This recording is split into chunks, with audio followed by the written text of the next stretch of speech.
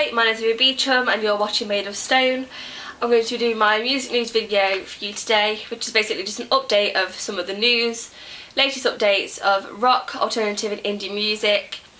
So the first thing I wanted to talk about was something I keep going on about loads, but it's because I'm so excited by it, was the latest release of Humans LP by Gorillaz. It's not out yet, it comes out on the 28th of April, but they're like slowly sort of giving little dribs and drabs of what's going to be on there. So they released the 4 tracks like a couple of weeks ago. They've just released another one called Let Me Out, and it's featuring Pusha T and Mavis Staples, right? I was so shocked by the idea of Pusha T, who I associate with grime and rap, to be working with Gorillaz, who I think, as much as they are quite quirky, I feel like they're still quite indie electronic music. But I was happy to see that that was what was going on. It can be streamed now. It's on Spotify, I know that because I've been listening to it recently. And what's better about it is that they released a track called Saturn's Bars, and they released it with a 360 video on YouTube. They're doing pop-ups in I think 3 cities. They've not announced which ones yet, of the Spirit House experience. So I don't know what that means, but you know, it's a little bit interesting, so I'm going to keep you updated on that one. And I thought it was funny because I read a comment from Damon Albarn which says that the new album is basically like a party for the end of the world after Trump's presidency.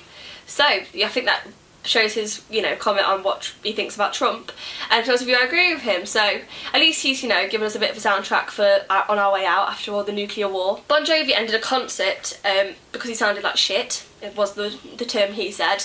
I thought it was quite rock and roll, because I think that shows that they are really about the music. If they don't think they sound good, they're not going to carry on performing. And they're touring their This House Is Not For Sale album tour, and I think he had like a cold or something, which is what the manager had said, so you know, it was feeling a bit rough and obviously didn't really sound like his usual self. So it was supposed to be a 2.5-hour set and it ended after 90 minutes. They had another band member, Phil X, try and sort of, you know, claw it back, but it was just too much, and then they ended on Living on a Prayer.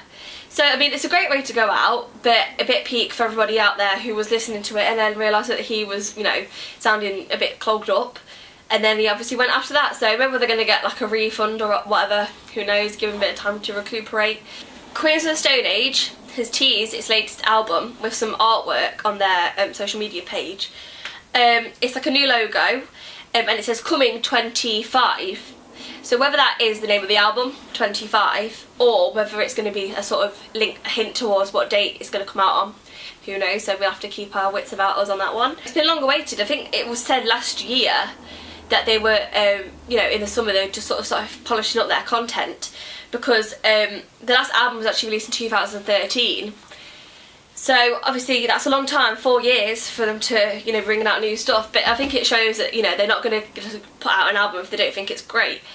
Yeah, and Everything have announced their a couple of UK shows with the premiere of their new material. It's their 4th album.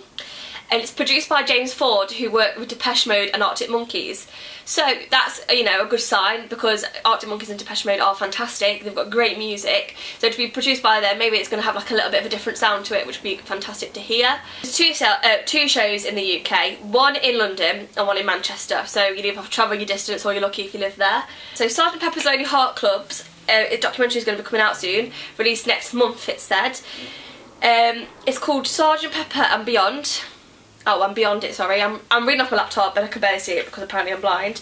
And it features rare 60s footage, because obviously there's a lot of documentaries that are going to be out there about the Beatles, obviously. They're one of the biggest bands the UK's ever seen. But it'll be interesting to see some rare footage. And it's going to be in cinemas on May, and then I think it's then released on June the 1st, which is obviously the anniversary of the album, the 50th anniversary.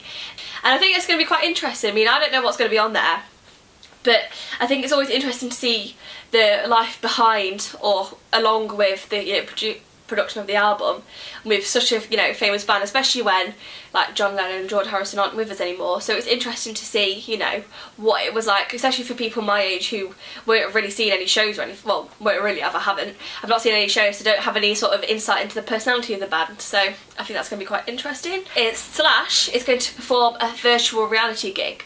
Now that literally to me is the most rock and roll thing I've ever heard.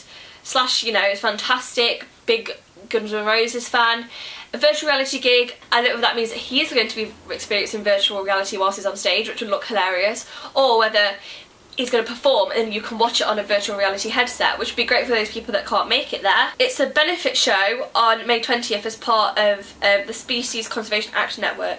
It's for, oh yeah, that's right, I forgot the main part of the bloody story. It's at a zoo. It's at the LA Zoo. So it's a virtual reality show with Slash at the zoo. It literally sounds like a tripping dream. Like, you couldn't imagine that up if you wanted to. Yeah, and Jack Black's going to be there as well. It literally sounds like some sort of, you know, like a fever dream. So, who knows. It'll be available with a full VR headset. So that's been a quick rundown of the music news.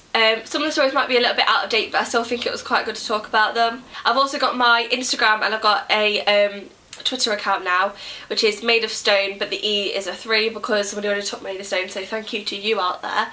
But yeah, so go follow me. You'll then see the latest updates of my videos rather than having to come and look at my channel, because I know that you're all desperate for the next one. Okay, thank you for watching and I'll see you soon. Goodbye.